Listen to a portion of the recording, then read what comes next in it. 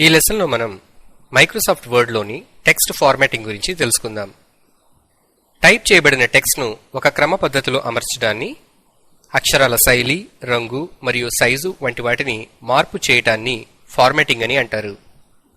ఫార్మాటింగ్లో ముందుగా text alignment గురించి తెలుసుకుందాం. టెక్స్ట్ మ్యాటర్ను ఒక క్రమ పద్ధతిలో అమర్చడాన్ని అలైన్మెంట్ అని అంటారు.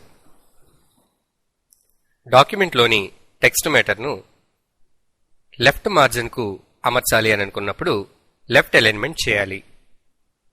లెఫ్ట్ అలైన్మెంట్ చేయడానికి ముందుగా టెక్స్ట్ను మౌస్తో సెలెక్ట్ చేసి ఫార్మాటింగ్ టూల్ బార్లోని లెఫ్ట్ అలైన్ బటన్పై క్లిక్ చేయాలి. టెక్స్ట్ మ్యాటర్ను గనుక సెంటర్ అలైన్మెంట్ చేయాలి అని అనుకున్నప్పుడు టెక్స్ట్ మ్యాటర్ను సెలెక్ట్ చేసి ఫార్మాటింగ్ టూల్ బార్లోని అలైన్ సెంటర్ బటన్పై క్లిక్ చేయాలి. సెంటర్ అలైన్మెంట్ చేసినప్పుడు టెక్స్ట్ మ్యాటర్లోని ప్రతి లైను పేజుకు మధ్య నుండి రెండు వైపులా సమానంగా అమర్చబడుతుంది.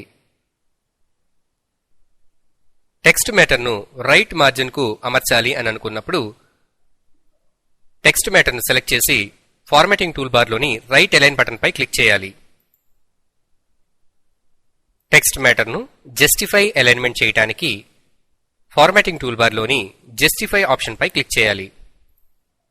ఈ విధంగా చేసినప్పుడు మ్యాటర్లోని ప్రతి లైను లెఫ్ట్ మార్జిన్ నుండి రైట్ మార్జిన్ వరకు అడ్జస్ట్ చేయబడుతుంది.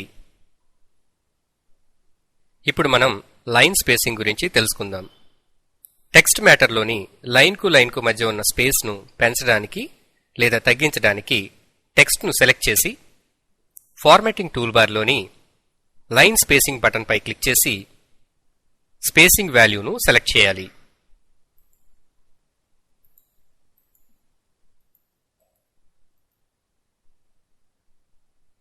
సాధారణంగా సింగిల్ స్పేసింగ్ వాల్యూ 1.0 ఉంటుంది. డబుల్ స్పేసింగ్ కావాలి అనుకున్నప్పుడు 2.0ను సెలెక్ట్ చేసుకొనవచ్చు.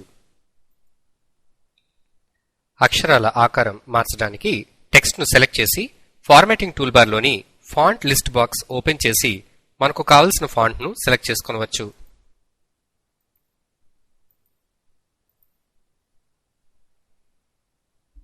అక్షరాల సైజును మార్చడానికి ఫాంట్ లిస్ట్ మెన్యూలోని మనకు నచ్చిన ఫాంట్ సైజును సెలెక్ట్ చేసుకోవచ్చు.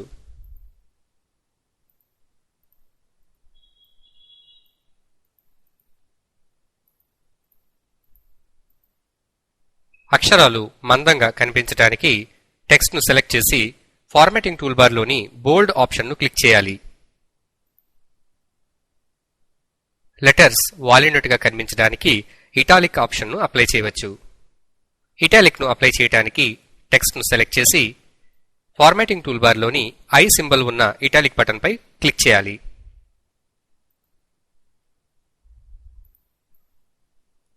సెలెక్ట్ చేసిన టెక్స్ట్ను అండర్లైన్ చేయడానికి ఫార్మాటింగ్ టూల్ బార్లోని యూ సింబల్ ఉన్న బటన్పై క్లిక్ చేయాలి.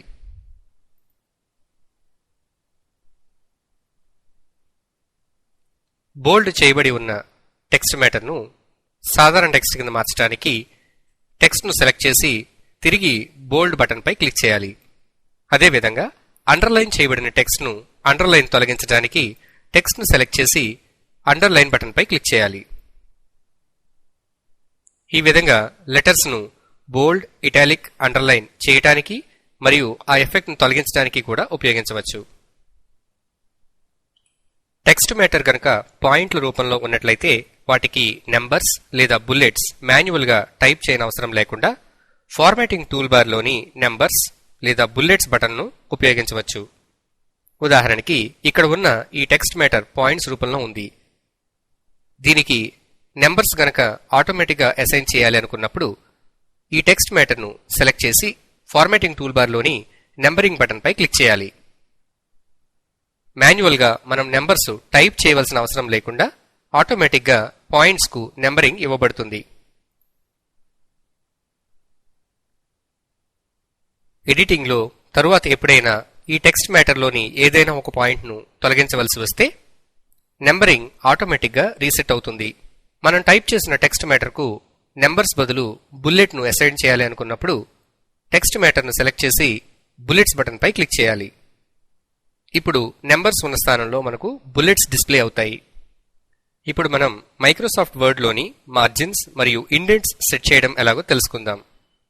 వర్డ్లోని పేజ్ అంచులకు టైప్ చేయబడిన టెక్స్ట్కు మధ్య గల గ్యాప్ను మార్జిన్ అని అంటాము.